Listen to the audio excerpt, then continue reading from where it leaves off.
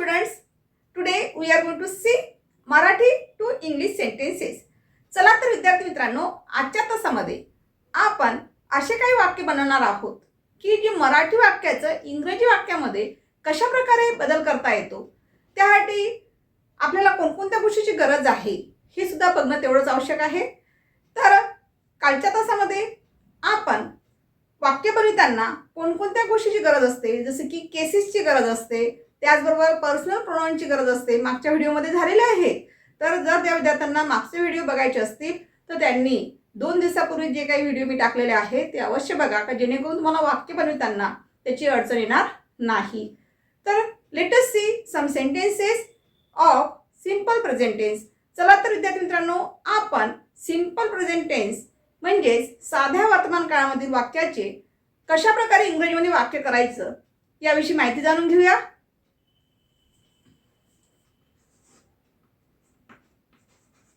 Simple present tense.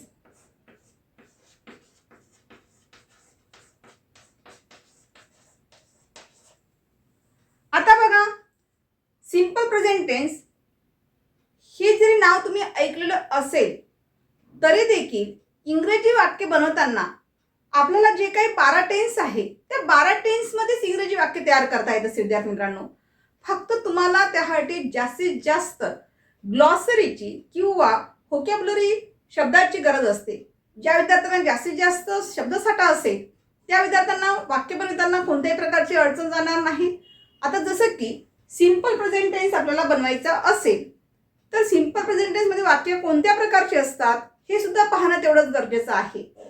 तर यासाठी कशा प्रकारे रचना आवश्यक आहे, यासाठी आपल्याला कोणते प्रोनाउन आले तर त्यासमोर कोणत्या प्रकारच्या बीचा वापर करता येईल, कोणत्या प्रकारचे टू बीचे रूप घेता येईल हे सुद्धा पाहणं तेवढंच गरजेचं आहे. चला तर सुरुवातीला आपण कोणत्या प्रोनाउन समोर कोणते टू बीचे रूप वापरले जातात याविषयी माहिती जाणून घेऊया. जसं की आय प्रोनाउन आलं असेल तर त्यासमोर कोणतं टू बीचे रूप वापरायचं आहे? एम, ही, शी, इट जर आले असेल तर त्यासमोर या ठिकाणी टू बीचं कोणतं वापरायचं आहे? इज वापरायचं आहे. आणि वी, दे, यू आणि त्याचबरोबर प्लुरल सब्जेक्ट जर आलेला असेल, प्लुरल मीन्स अनेक वचन, तर अशा वेळेस तुम्हाला या ठिकाणी कोणतं टू बीज फॉर्म वापरावं लागेल? आर हे वापरावं लागेल. ठीक आहे. चला तर आपण या ठिकाणी सेंटेन्सच्या माध्यमातून लक्षात घेऊया की नेमकं मराठीतील वाक्य इंग्रजीमध्ये कशा पद्धतीने तयार होईल याविषयी माहिती जाणून घेऊया. चला आपण फर्स्ट सेंटेन्सकडे वळूया. Let us see first sentence. आता बघा, एक सेंटेन्स घेऊया. तो श्रीमंत आहे. तो श्रीमंत आहे. आता याला मांडणी करत असताना कशा पद्धतीने करणार आपण? सगळ्यात पहिले लक्षात घ्यायची ट्रिक्स लक्षात ठेवायची. आपल्याला वाक्य कोणतेही मराठीतील वाक्य इंग्रजीमध्ये जर तयार करायचं असेल तर अशा वेळेस ट्रिक नुसार लक्षात ठेवायचं की सुरुवातीला जो पहिला शब्द येत असतो ते तुमचा काय असते? हा तुमचा काय असतो? सब्जेक्ट असतो विद्यार्थी मित्रांनो. याला आपण सब्जेक्ट म्हणायचं. म्हणजे सब्जेक्ट म्हणजे नेमकं याला नंबर 1 करूया आपण. नंबर 1 द्यायचा याला. म्हणजे हा जो सब्जेक्ट आहे हा या ठिकाणी कोणता आलेला आहे? तो. ठीक आहे. त्यानंतर वाक्य ज्या शब्दाने पूर्ण होते. आता या ठिकाणी वाक्य कोणत्या शब्दाने पूर्ण झालेलं आहे? बरं, आहे. बरोबर आहे. मग हे आहे हे काय आहे? तर आहे हे तुमचं वर्ब फॉर्म झालेलं आहे. याला आपण वर्ब फॉर्म म्हणजे बी फॉर्म म्हणू शकतो आपण. तर या ठिकाणी याला कोणता नंबर द्यायचा तुम्हाला? सेकंड नंबर द्या. म्हणजे रचना करत असताना आपल्याला या पद्धतीने करता येईल. तो काय आहे? तो श्रीमंत आहे, नाही का? म्हणजे श्रीमंत आहे म्हणजेच काय? ते तुमचं ऑब्जेक्ट. याला काय म्हणावं लागेल आपल्याला? ऑब्जेक्ट. हे झालं तुमचं ऑब्जेक्ट. तर ऑब्जेक्टला याला कोणता नंबर द्यायचा? 3 नंबर. तर बघा याचं आन्सर कसं होईल? आपल्याला इंग्रजीमध्ये जर लिहायचं झालं असेल तर आपण कशा पद्धतीने तयार करणार? तर सर्वप्रथम नंबर 1 चा शब्द कोणता आहे? तो. तोला काय म्हणतात इंग्लिशमध्ये? ही. आता ही समोर कोणतं टू बीज फॉर्म वापरले जाते? इज. कारण या ठिकाणी आपण सांगितलं ही समोर सुद्धा कोणते येते? इज येते. इट समोर सुद्धा कोणतं येईल? इजच येईल. बरोबर आहे. तर या ठिकाणी सब्जेक्ट कोणता आलेला आहे? तो. मग तो साठी आपण काय वापरलेला आहे? ही. म्हणजे सेकंड नंबरला काय घ्यावं लागेल? इज. म्हणजे ही इज. आणि थर्ड नंबरला कोणता शब्द दिलेला आहे? श्रीमंत. श्रीमंतला काय म्हणतात? रिच. ज्याला शब्द माहिती आहे त्याला काही अडचण येणार नाही. फक्त तुम्हाला कशाची गरज आहे? You only need glossary. तुम्हाला कशाची गरज आहे? तर शब्दार्थाची गरज आहे. You need of words. शब्दाची गरज असते आहे तुम्हाला. बाकी ॲज इट इज तुम्हाला अशा पद्धतीने त्या ठिकाणी काय होईल? वाक्य तयार करता येईल. म्हणजे तुमचं उत्तर कसं झालं बघा. He is rich. ती श्रीमंत आहे म्हणायचं असेल, आता आपल्याला याच वाक्याला पुन्हा इकडे घ्यायचं. बघा, ती श्रीमंत आहे असं म्हणायचं असेल तर पुन्हा कसं म्हणणार तुम्ही? तेच घ्यायचं. ती साठी आता फक्त आपला काय बदललेला आहे? आपला काय बदललेला आहे? सब्जेक्ट. आपल्या या ठिकाणी काय बदललेलं आहे? फक्त सब्जेक्ट बदलला आहे. कालच्या तासामध्ये आपण सांगितलं ती म्हणायचं असेल तर काय घ्यावं लागेल? शी, नाही का? म्हणजे नंबर 1 ला काय येईल? ती साठी कोणतं प्रोनाउन वापरलं आपण? शी. आहे. आहे म्हणायचं असेल तर टू बी फॉर्म कोणतं घेणार? इज. आणि श्रीमंतला रिच. अशा पद्धतीने म्हणजे शी इज रिच. आता सपोज तुम्हाला एखाद्या मुलाचं नाव घेऊन करायचं असेल, हरी श्रीमंत आहे असं म्हणायचं असेल तर कसं करणार? आपल्याला असं म्हणून दाखवायचं असेल, हरी श्रीमंत आहे. हरी श्रीमंत आहे असं म्हणायचं असेल तर कसं म्हणणार मग? आता हरी पहिला सुरुवाती शब्द कोणता आलेला आहे? नाऊन आलेला आहे. एखाद्या व्यक्तीचं नाव आलं असेल त्याला काय म्हणायचं? नाऊन म्हणायचं. हरी एक काय आहे? नाऊन आहे. तर हरी हा सब्जेक्ट झाला आहे, त्याच्यामुळे हरीचं काय होईल? हरीच घ्यावं लागेल आपल्याला. हरी कसं आहे? कोणता शब्द आला शेवटी? आहे. आहे ना वाक्याची क्रिया पूर्ण झाली आहे. म्हणजे हरी किती आहे? एकच आहे. म्हणून या ठिकाणी टू बी फॉर्म कोणतं घ्यावं लागेल? इज. Hari is rich. बघा, म्हणजे असे अनेक प्रकारचे वाक्य तुम्ही त्या ठिकाणी तयार करून घेऊ शकतात. फक्त तुम्हाला कशाची गरज आहे विद्यार्थी मित्रांनो? तर या ठिकाणी ट्रिक्सची गरज आहे. कोणता सब्जेक्ट आला असेल तर कोणतं टू बी फॉर्म यूज करायचं आहे हे तुम्हाला लक्षात घेणं गरजेची गोष्ट आहे. चला आणखी काही सेंटेन्सेस बघूया. मी शिक्षिका आहे. मी शिक्षिका आहे.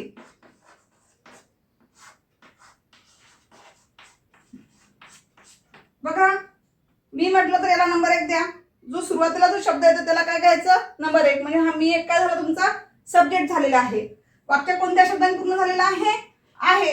म्हणजे हे तुमचं काय झालेलं आहे? वर. वाक्याची क्रिया पूर्ण झालेली आहे. म्हणजे याला नंबर 2 द्या. काय आहे? शिक्षिका आहे. शिक्षिका असेल तर तुमचं हे काय झालेलं आहे? ऑब्जेक्ट. ऑब्जेक्ट म्हणजे कर्म. याला नंबर 3 द्या. चला, मांडणी करताना कशी करायची? नंबर 1 चं पहिले घ्या. आता या ठिकाणी मी आलेला आहे. मी म्हणायचं असेल तर काय घ्यायचं? आय. आता इथे आहे आहे आहे आहेला काय म्हणता येईल? आय समोर आपल्याला इज घेता येते का? नाही. आपण आय इज कधी म्हणतो का? आय इज कधी म्हणत नाही. कारण आय समोर नेहमी सिंपल प्रेझेंट टेन्स करत असताना ॲमचा वापर केला असतो. इथे इज वापरला जात नाही. तुम्ही म्हणाल मॅडम इज म्हणजे पण आय होते, पण आय हे असं प्रोनाउन आहे की त्यासमोर आपल्याला इजचा वापर न करता आपल्याला काय घ्यावं लागेल? ॲमचा वापर करावा लागेल. म्हणजे आय समोर काय घ्यावं लागेल तुम्हाला? ॲम वापरावं लागेल. आय ॲम काय आहे? ऑब्जेक्ट. शिक्षिका म्हणजे काय म्हणावं लागेल? I am a teacher. या पद्धतीनं I am a teacher. Number 2 sentence बघा. समजा तुम्हाला जर म्हणायचं असेल मी विद्यार्थी आहे. मी विद्यार्थी आहे. मी विद्यार्थी आहे असं म्हणायचं असेल तर कसं म्हणणार? आता बघा, मी म्हटलं तर पुन्हा सब्जेक्ट काय येईल? आय. काय आहे? विद्यार्थी. म्हणजे आयच्या समोर टू फॉर्म काय घेता येईल? Am. I am a student. Right. बरोबर आहे. या पद्धतीने मला वाक्य तयार करता येईल. I am a student. म्हणजे विद्यार्थी मित्रांनो आपल्याला छोट्या छोट्या वाक्यातून मोठे वाक्य कशी तयार करायची आहे हे सुद्धा आपल्याला बघायचं आहे. बरं, ठीक आहे. चला आणखी एखादं एक्झाम्पल घ्या.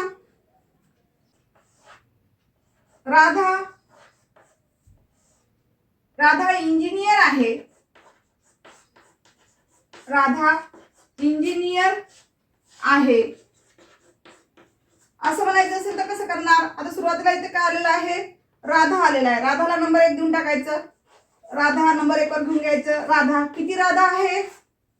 राधा ही एकच आहे, एक वचन आहे, त्यामुळे काय घ्यावं लागेल, एक वचन असेल त्यामुळे या ठिकाणी टू बी रूप काय घ्यावं लागेल, इज. काय आहे, राधा आहे. राधा आहे, वाक्य पूर्ण झालंय का? राधा आहे, काय आहे, वाक्य पूर्ण झालंय का? नाही. जोपर्यंत वाक्यामध्ये स्पेसिफिक ऑब्जेक्ट येत नाही तोपर्यंत वाक्य पूर्ण होत नसते विद्यार्थी मित्रांनो. राधा काय आहे, इंजिनियर आहे. म्हणजे आपल्याला माहिती असायला पाहिजे लिहिताना कसं लिहिणार आपण, तर इंजिनियर. तर Radha is an engineer. An engineer अशा पद्धतीनं. म्हणजे तुम्हाला घेताना कसं घ्यावं लागेल, राधा इज ॲन इंजिनियर. ठीक आहे. म्हणजे आयच्या समोर आपण काय वापरलं, टू बी रूप ॲन वापरलं. ही, शी, इट किंवा सिंग्युलर सब्जेक्ट जर आलेला असेल तर अशा टू बी फॉर्म काय वापरला आपण, इज वापरला. तर त्याचबरोबर आता अनेक गोष्टी जर सर्वनाम आलं असेल सब्जेक्ट जागी तर अशा वेळेस कोणतं टू बी फॉर्म वापरायचं आहे त्याविषयी बघूया. ते आमचे मित्र आहेत. ते आमचे मित्र आहेत. बघा आता वाक्य कसं दिसत आहे. मग आणि आपण 3 शब्दाचं वाक्य बघितलं होतं. आता या ठिकाणी शब्द वाढला, 4 शब्दाचं वाक्य आलेलं आहे. म्हणजेच वाक्याची लेंथ जरी वाढत असेल तरी कशा पद्धतीने वाक्य आपण बसवायचं याविषयी माहिती जाणून घेऊया. चला आता या ठिकाणी नंबर 1 वर काय येईल, इथे ते आलेलं आहे. ते म्हणजेच काय, आपण कालच्या व्हिडिओमध्ये बघितलं होतं. तेला काय म्हणतात इंग्लिशमध्ये, ते म्हटलं तर अनेक वचनी, कारण अनेक वचनी सब्जेक्ट झालेला आहे. तर ते म्हणण्यासाठी काय घ्यावं लागेल तुम्हाला, दे. दे वाक्य कशाने कंप्लीट झालेलं आहे, आहेत. दे साठी कोणता टू बी फॉर्म वापरलेला आहे, आर. म्हणजे तुम्हाला इथे काय घ्यावं लागेल, आर. They are. ते आहेत. वाक्य पूर्ण झालं आहे का, वाक्य पूर्ण झालेलं नाही आहे. मग नेमकं काय घ्यावं लागेल, काय राहिलेलं आहे, आमचे मित्र. आमचे म्हणायचं असेल तर काय घ्यावं लागेल, अवर. अवर म्हणजे आमचा, आमची, आमचे. तर इथे आमचे, आमचे काय आहे, मित्र. अवर मित्राला काय म्हणतात, फ्रेंड्स. या ठिकाणी फ्रेंड्सला यस लावलेला आहे, प्लुरल मध्ये घेतलेला आहे. म्हणजेच काय घेतलेलं आहे, दे आर अवर फ्रेंड्स. ठीक आहे. म्हणजे बघा टू बी रूप या ठिकाणी कोणतं वापरलेलं आपण, आर अनेक वचनी वापरलेलं आहे. आर हे कसं आहे, प्लुरल फॉर्म मध्ये येणारं टू बी फॉर्म आहे. आणि काय वापरलेला आहे, कारण हा जो सब्जेक्ट आहे हा सब्जेक्ट कसा आलेला आहे, इन प्लुरल फॉर्म. त्यामुळे त्या ठिकाणी आपण टू बी फॉर्म सुद्धा कोणतं वापरलेला आहे, आर वापरला आहे. ठीक आहे. मला अशाच प्रकारचे एक वाक्य बनवण्यासाठी देणार आहे की जेणेकरून तुम्हाला नेमकं ते वाक्य कशा पद्धतीने बनवायचं ते तुम्ही मला कमेंट बॉक्समध्ये कळवा. ठीक आहे. चला नेक्स्ट सेंटेन्स बघा. आम्ही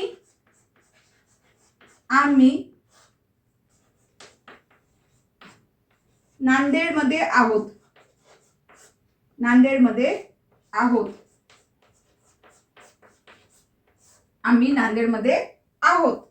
तर हे वाक्य कशा पद्धतीने इंग्लिशमध्ये होईल हे मला तुम्ही नक्की कमेंटमध्ये कळवा. ठीक आहे.